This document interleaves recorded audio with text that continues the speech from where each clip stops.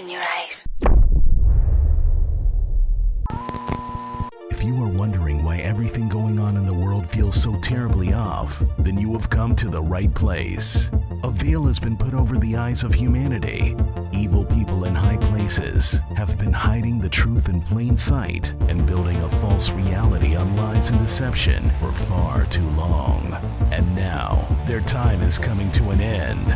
It's time to fight back, to wake up, and to begin an uprising.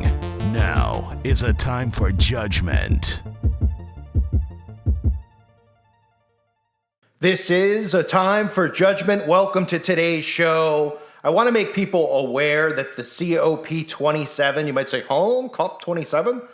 That's just one of their lame, gay climate change events at the United Nations. Is occurring November 6th through the 18th. Now, what does that mean? Well, these events that occur, obviously, they do a lot of planning when they all get together at these events. Now, yes, they could do these things online. They don't have to be there in person, but they'll be there. You have your new prime minister in the UK who's attending.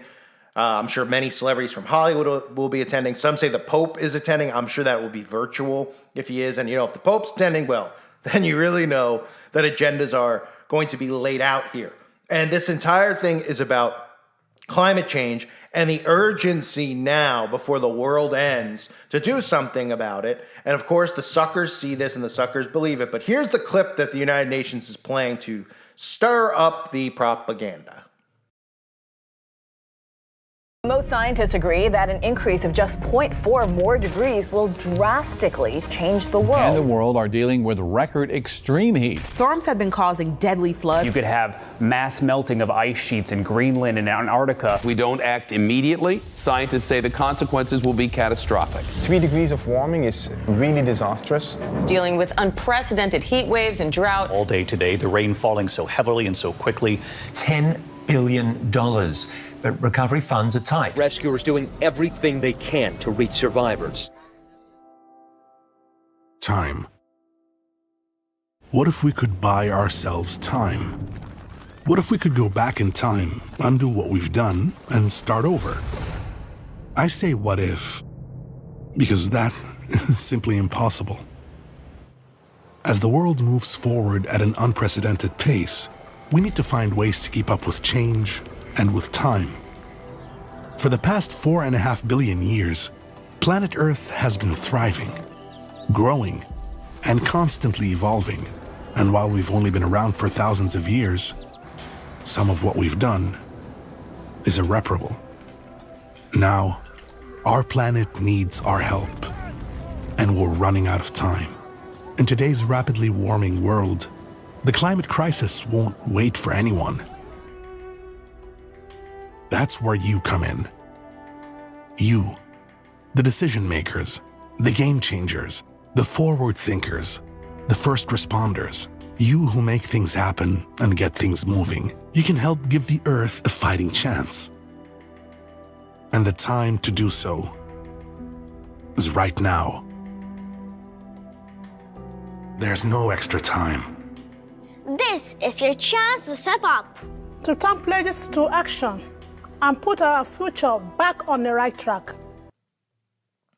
So this event's going to occur in Egypt. They say the world will convene between the 6th and 18th of November for the 27th Conference of Parties for the United Nations Framework Convention on Climate Change to accelerate action towards the goals of the Paris Agreement and the UN Framework Convention on Climate Change. The science is clear. Climate change affects us all. It is a threat to human well-being and the health of the planet. Okay? And again, this is about moving forward with the carbon footprint. This is about moving forward with creating whatever they need to create as far as psychologically to get people on board with this.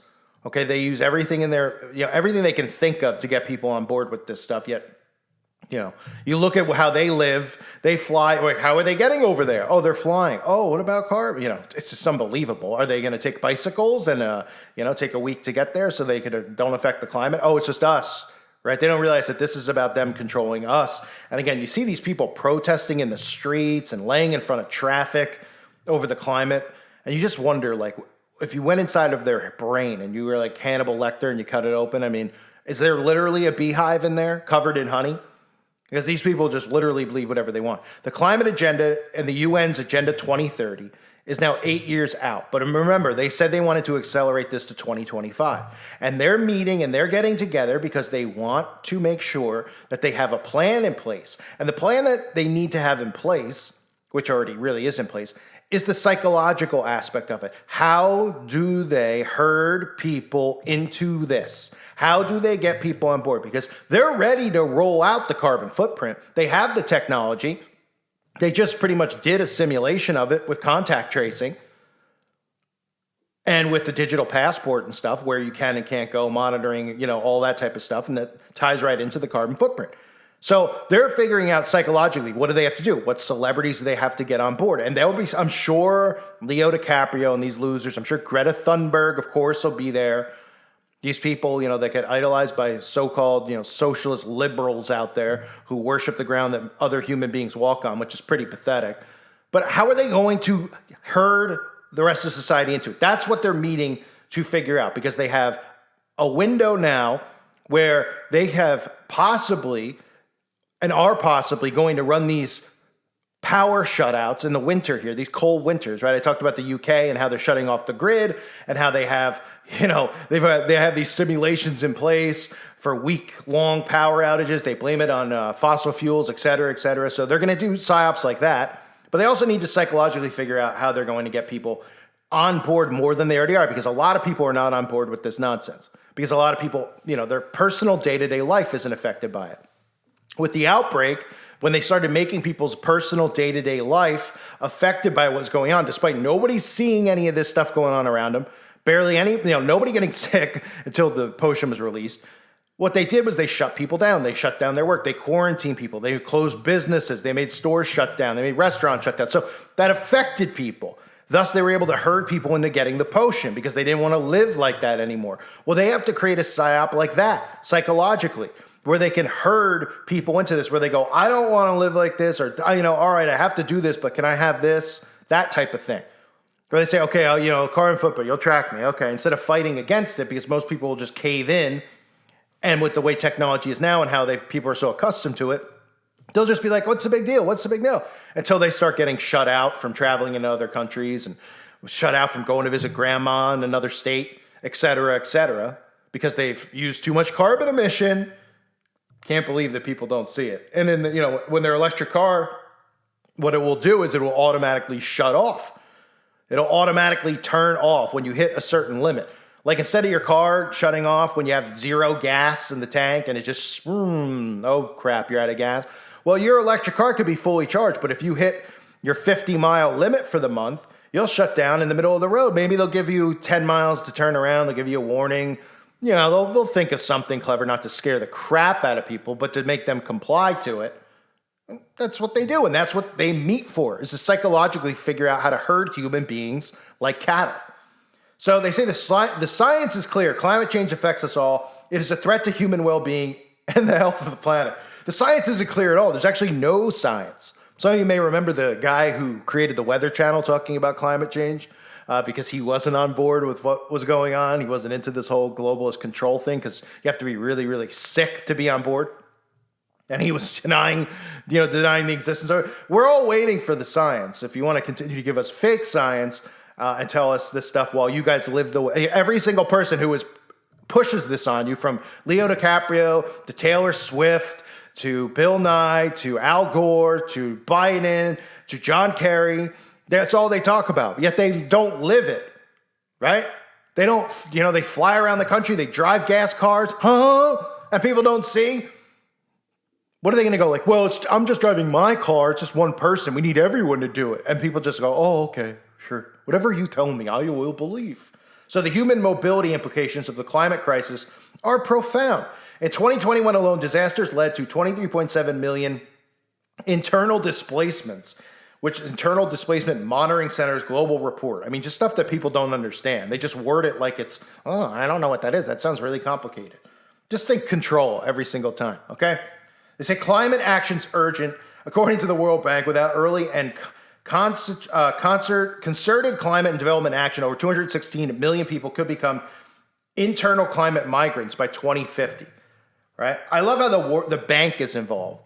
That should be one of the tell-alls for everybody out there. The bank. They have this whole thing that they're doing at COP27 here where they're going to talk about how it affects the banking industry. Huh? What does that mean?